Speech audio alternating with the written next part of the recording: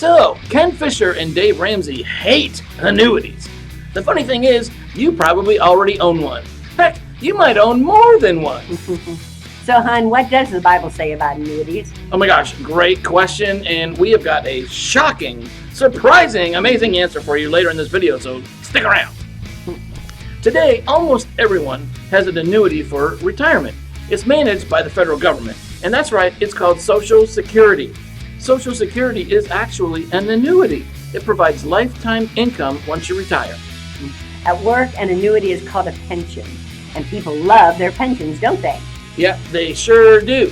Last but certainly not least, you can have your own personal pension by buying a lifetime income annuity. In fact, research has proven that people with enough guaranteed lifetime income actually live longer, they are healthier, and enjoy a more fulfilling retirement than people without it. So why are Ken Fisher and Dave Ramsey so against annuities when God himself included it in the Bible? Right. So huddle up, team. We hope you are all doing great. And if you're new here, we are John and Tara Thorman, your financial success coaches, and we're here to help you achieve financial freedom faster so you can enjoy it longer. Are you ready? Okay, we're going to tackle this topic right after you crush that like button and subscribe to the channel. We want you to join the team and be here for our weekly training videos. Sure, I will. For Ken Fisher or any other self-respecting advisor to say, I hate annuities, is financial malpractice. It's pretty outrageous. That's the equivalent of an advisor saying, I hate funds. What does that even mean, you hate funds? Do you hate mutual funds? Do you hate all exchange-traded funds? What the heck? And does it mean you hate funds all the time? Or do you only hate them in the accumulation stage of your financial life cycle? What about in the decumulation phase of your financial life cycle? Do you hate them then too? So while you got Ken and Dave clinging to their crazy, we've got someone on the other side of the coin, Shaquille O'Neal, who claimed, and we have it on one of our previous videos, Shaq says his greatest investment are annuities. Right. So, as usual, everybody, we've got two sides of the same coin, right? We've got one person that says he hates them, one person that says he loves them. So what's a guy to do? So we need to play this money game from the edge. You need a mental edge so that you can win this money game and decide what's best for you. How much annuities should you include? Maybe it's not hate and love. Maybe there's a combination. There is. Unfortunately for all of us, annuities are terribly misunderstood.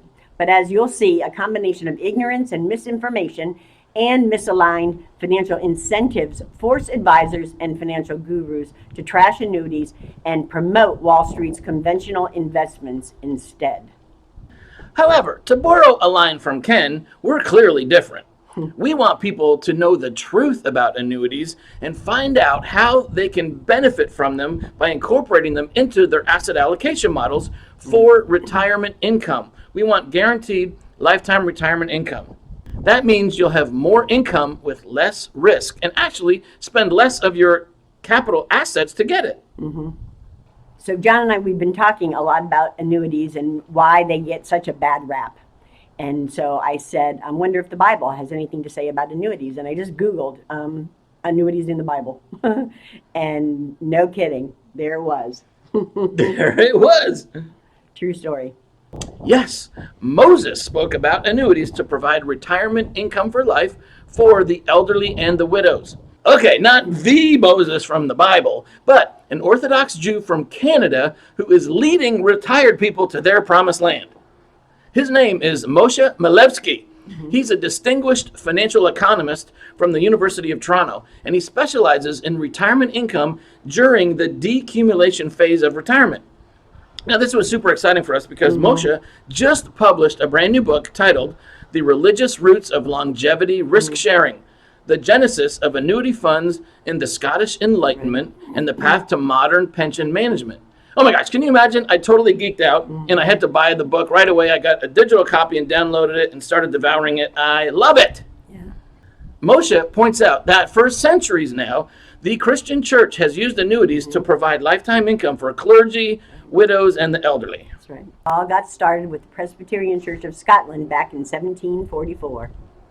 So Moshe's extensive research led him to the conclusion that Protestant Christian beliefs and practices played a critical role in the mathematical, statistical, and actuarial foundations of successful longevity risk pooling. And that is absolutely essential to our modern day pension annuity management. That's right. So thank you, Moshe. But I was totally surprised to learn that a lifetime income annuity is actually mentioned in the Bible. Not once either, but twice to give it emphasis. And this is super cool too, because both times they were the last verses of a chapter of a book. So we've got the emphasis by duplication, and then we got the exclamation point because it closes out these two books. Right. One time it's in 2 Kings 25, and the other time it's in Jeremiah chapter 52. The final verse in 2 Kings reads, "Day by day the king gave Jehoiachin a regular allowance as long as he lived." That's it right there, people. That's the income annuity. right. Daily allowance for as long as he lived. Don't miss this. Now, a number of academic authors, including the historian of actuarial science, C.G. Lewing, have referenced this 2,600-year-old annuity with proof of its ancient record with Babylonian cuneiform tablets. I mean, mind-boggling, right? So the idea of a pension for life is actually much, much older than we ever imagined, isn't it? That's right. It sure is. Hey team, I want to interrupt this video just for about 30 seconds and invite you to a free 30-minute discovery call with your financial success coach. We will look at the financial game plan that you've got right now and see how we can work together to make it better. We want to help you achieve financial freedom faster so you can enjoy it longer, and we want to see how annuities can help you do that. To win your money games, you've got to draw up plays that include offense, defense, and special teams. And that's what a financial game plan consultation will do. So let's find out if it's a fit for you or not. Follow the link below in the description box and then book a call with us. Very good. Now, back to the video. Lifetime income annuities are powerful financial tools, not simply because they pay you monthly cash flow for life, but because they can do it while using so much less of your retirement assets. Depending on your age, annuities require 40 to 50% less of your retirement money to generate the same amount of income. That's incredible, right? Can you imagine? You've only got so many retirement assets, and how about using half of them to fund a guaranteed lifetime income stream? That leaves you half left to go and invest and be more aggressive so that you can earn higher rates of return potentially so that you can outpace inflation. Because, folks, you're going to be retired for 20, 30 years or more. Right. So the annuity's power to go ahead and guarantee you so much more monthly income for life is not found in the interest rate. Our society, we are totally consumed with interest rate, but that's not how this works with an annuity. The real power of a lifetime income annuity is found in the risk pooling that goes on. The risk pooling is done with a large number of people, so we benefit from the law of large numbers and the risk pooling. And that produces what I like to call a survivor's bonus. Yeah. Right. So, to help explain what the heck a survivor's bonus is, I got a little story to tell you about Grandpa and his golfing buddies. So here's how it works. There was a wise grandfather of 13 who retired, and he and his wife left the frigid tundra of Ohio and went to Florida where it's warm and sunny. So Grandpa and his new golfing buddies religiously golf 3 times a week, but they decided that they would want to go on a golf trip. Let's go to, I don't know, where golf started, to Scotland and tour around at St. Andrews. Okay. Well, after an incredible week there, golfing and having a great time and sightseeing, the day before they're ready to leave, they're having lunch, and Grandpa suggests to his pals, hey, why don't we make this an annual tradition? How about we all kick in $1,000, and then we'll keep that money there so that we can use it when we go to the next golf trip next year. So everybody thought that was a great idea, except they wanted to make sure that all the money, the $4,000 combined, would be put on deposit and earn some interest. Right. So they put it in a bank and earn 5% interest. Okay. Okay? Now they're all excited. They're planning their trip. But sadly, the month before they're supposed to take off to their next golf outing, one of the buddies dies. Okay. So now it's just 3 of them. So Grandpa goes to the bank, collects everybody's initial deposit plus the interest, and he meets the other two guys in Augusta. That's where they decided to go this next time. So they open up the envelopes and they're splitting it around. And what do they find?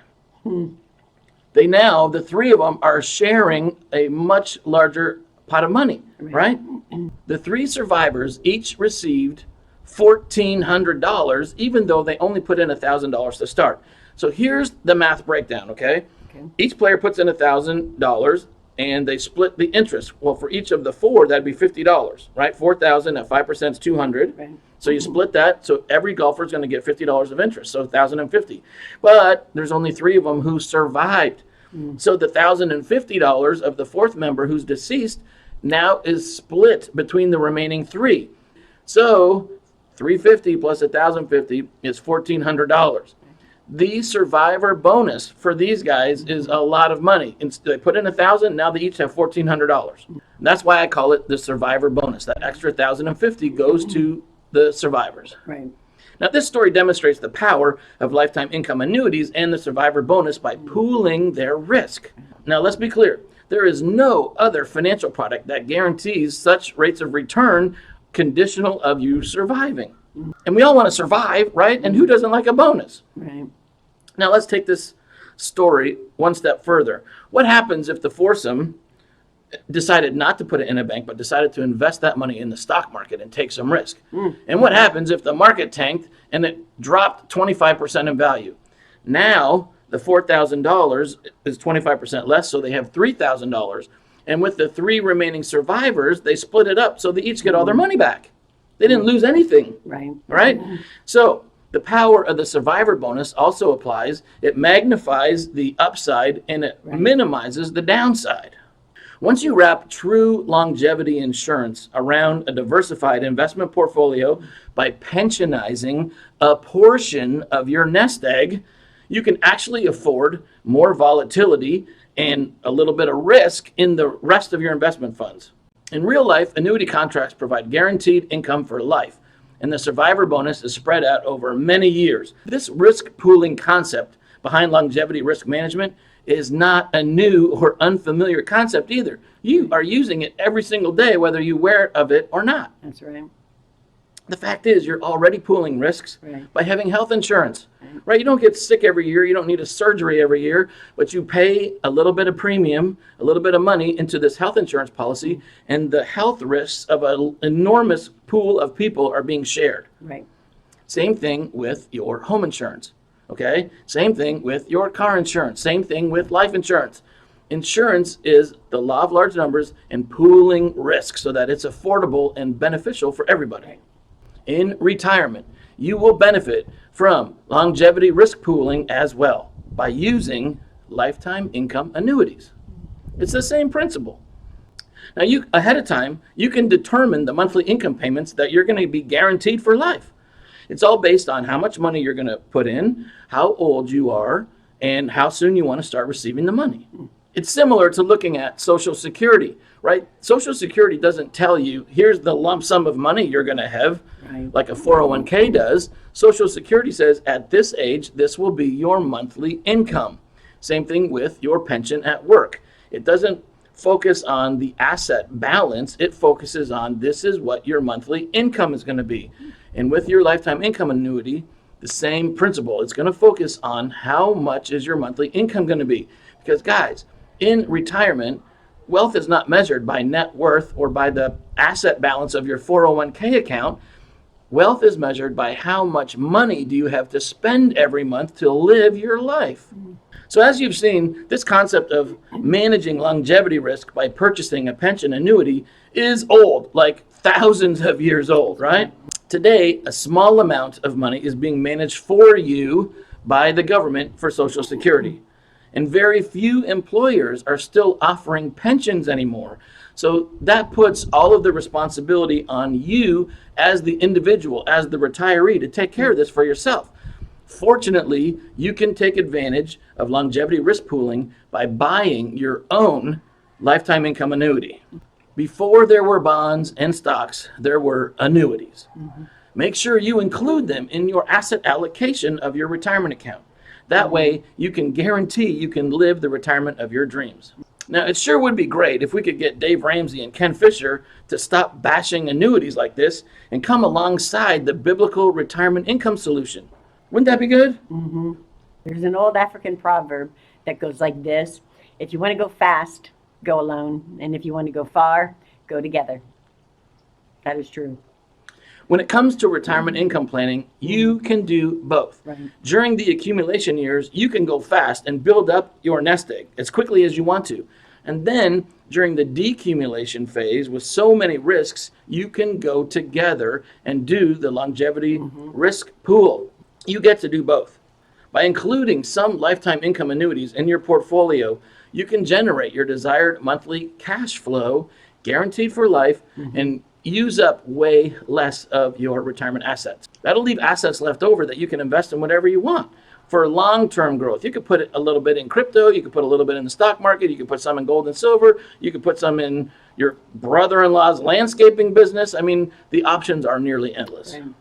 It doesn't have to be all or nothing. Right. I want you to remember the three-sided coin, right? So good. We've got the conventional solution, we got maybe a contrarian solution, and neither one of those give you the mental edge to win your money game. The edge comes from the conscientious solution, playing on the edge.